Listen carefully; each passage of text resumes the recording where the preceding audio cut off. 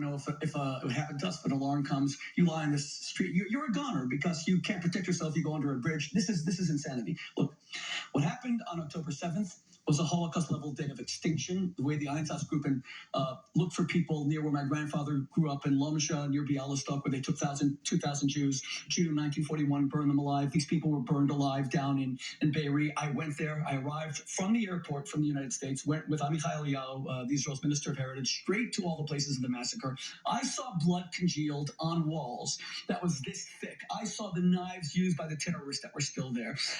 We picked up the bullets from the Kalashnikovs that were like this. The IDF bullets were like half the size. I saw it all. But I ask you this question to all the people that are watching. Did it take the murder of 1,400 Jews for us to wake up that none of this is normal? Living with a genocidal threat of Iran is not normal. Living with a genocidal threat of Hezbollah is not normal. When I used to go every war, even if my son, who's in the IDF, didn't get married, and he did, and we brought all of our 9 children, thank God, all of our sons-in-law, our 10 grandchildren, Baruch Hashem, middle of a war, everyone warned us against it. We came. There were Qassam rockets during the Chuppah, which I did. We had Israeli government ministers there. We had the 2 IDF international spokespeople there. Qassam rockets falling during, we had Doron Spielman, we had Jonathan Karikas. Not normal, as you say. So, did it take the murder of 1,400 Jews in the most savage way for Israel to understand that this is completely different?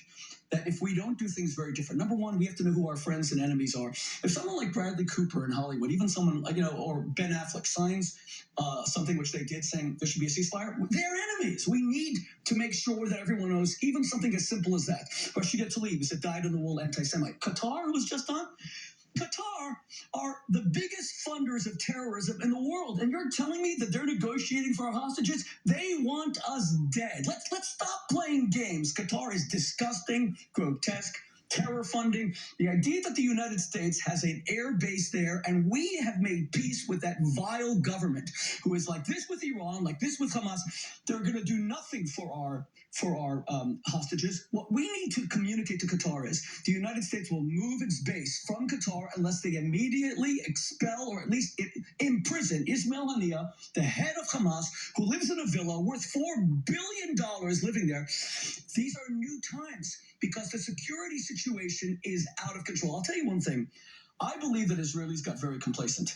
Rockets, no problem. We have Iron Dome. Millions of enemies that want to slaughter us. We are technologically advanced. They're a bunch of bumpkins. We look down at them with our patronizing way. They're knuckle draggers. They could never fight us. We didn't understand that Israel is a war of wills. The original Chalutzim, they came and they carved this country out of swamps, and they carved it out of the sand. This is a game of wills. Can we summon the willpower that we are here forever? That Israel is going to be here forever. And it's not going to be based on drones. It's not going to be based on Iron Dome. It's going to be based on our will to be here and be hated at times, as Golda Meir famously said, that we would much rather be hated and be alive than have more Holocaust movies made about us, winning Academy Awards like Schindler's List. I don't want to be dead and sympathized, because this is not normal. Rabbi?